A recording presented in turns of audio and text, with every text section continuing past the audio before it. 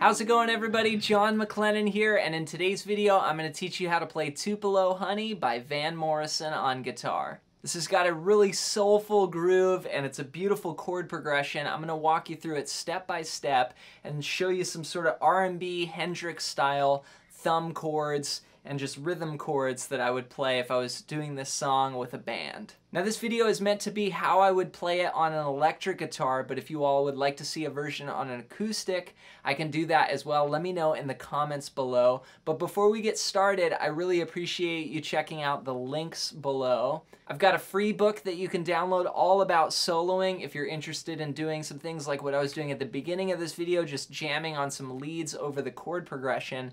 This book will really help you out with that. So thanks so much for checking that out, and with that said, let's dive into today's lesson. Let's break down how to play Tupelo Honey by Van Morrison on guitar. Now the approach that I'm going to take for this lesson is going to be more of an R&B sort of Hendrix style rhythm. So I've got my Strat out here and we're going to go through an 8-bar progression, and I'll give you a general idea of this sort of rhythm style, and then I'll break down the shapes and kind of how I would approach practicing this. Here we go. 3, 4.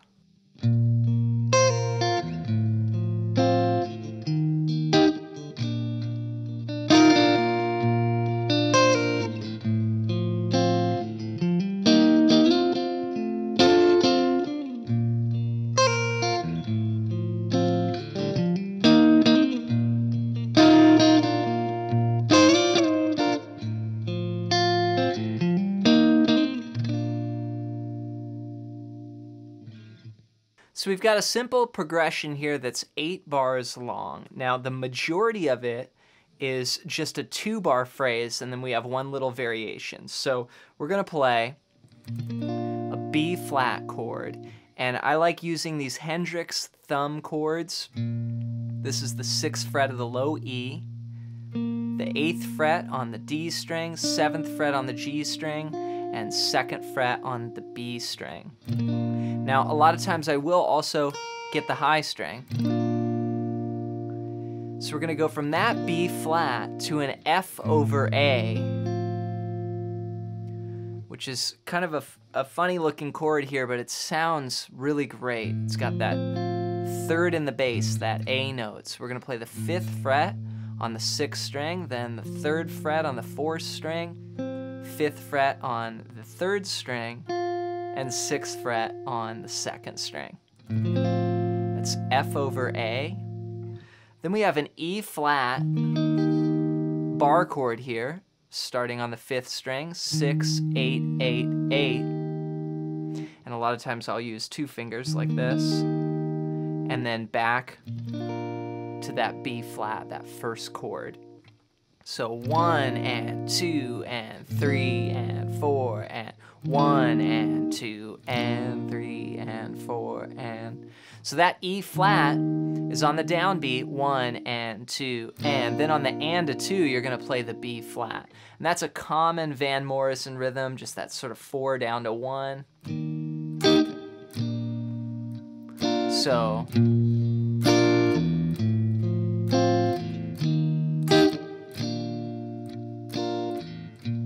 Now, that's the majority of the tune. That's gonna happen 3 times, but we're gonna interject it on the 2nd time with a variation. So we'll do it 1 time.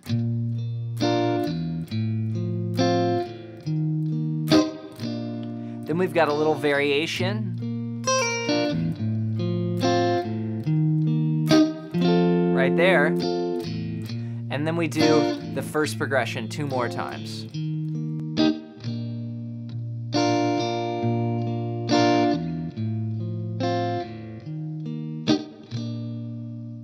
So hopefully that simplifies it a bit. Now what I did on the variation in bar 4, instead of going E flat to B flat, I went E flat to F. And that's the same chord shape, just 2 frets higher, 8, 10, 10, 10. So 1, 2, 3, 4, 1 and 2 and 3 and 4. Then the variation, 1, 2, 3, 4, E flat up to F.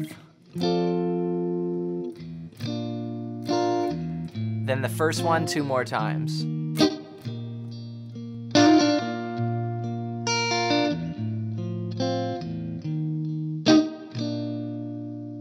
So that's the progression for the whole tune. Now there is a breakdown that happens. We just play the 4 down to the 1. We don't go the E flat to F. So there's sort of this middle part where you just stay on the main progression, and then later when Van comes back in, he probably cues the band, or when he goes back to that main melody, then you go back to this 8-bar progression.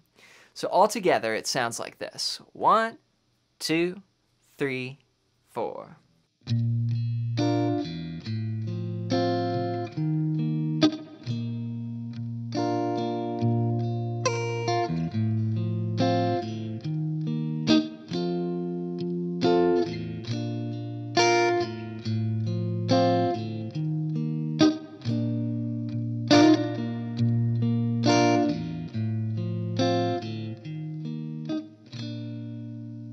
So practice that progression, and then it's one of these great progressions where you can just jam it over and over, and each time you go around you could work out some different sort of rhythm fills. So for example, because I'm playing these Hendrix thumb chords, I can have fingers free, so I might have my pinky free, and that enables me to sort of ornament the chords in this Curtis Mayfield, Jimi Hendrix kind of style rhythm playing like this.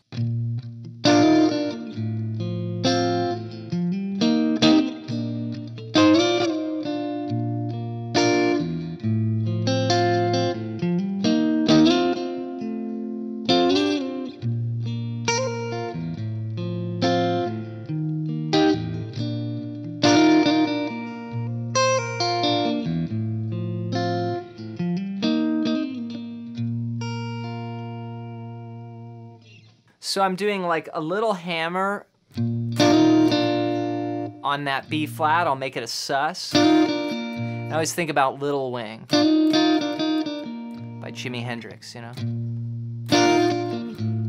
Then I can kind of arpeggiate the chord, like, and then maybe break it up like two notes, arpeggiated, and then a strum. So that's cool, like. Then maybe I'll do this. This is another shape that I use. So here's the E flat that we learned, but often Jimi Hendrix would put the 3rd in the bass. So you get this, you know, the Wind Cries Mary kind of sound. And then you could do these double stops. And I'll just noodle around with different variations of that.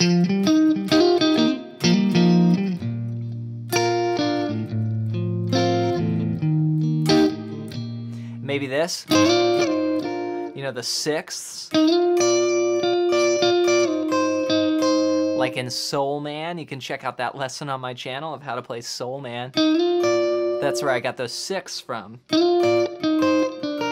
And a million other tunes, by the way. The guitar player that plays for Van Morrison, you hear those 6ths in the acoustic guitar all the time. Doing fills like that.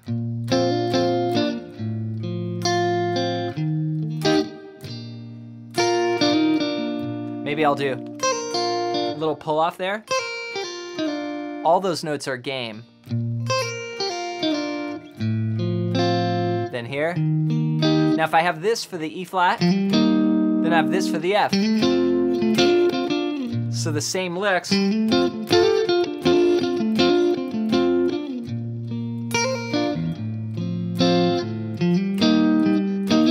Then maybe some sliding fourths. That kind of sound. All that stuff. So I just jam on this progression and I go around and round and I mix in these ideas. Have fun practicing Tupelo Honey on guitar. I hope you got some value out of today's video. If you did, don't forget to smash the thumbs up button And also don't forget to play this along with the recording. That's the next step that I would do, is I would take all these chord shapes and go play them, even if it's just one strum at first along with the recording, and then you can add some of those embellishments and some of those rhythm moves that I was doing. Before you go, make sure to download your free PDF all about soloing. It's a book I wrote called Melodic Expressions that you can get completely for free at the link below. It's got over 100 licks and exercises in it. Licks over major, minor, and dominant chords. The 3 most common chords you're going to run into in a lot of commercial music.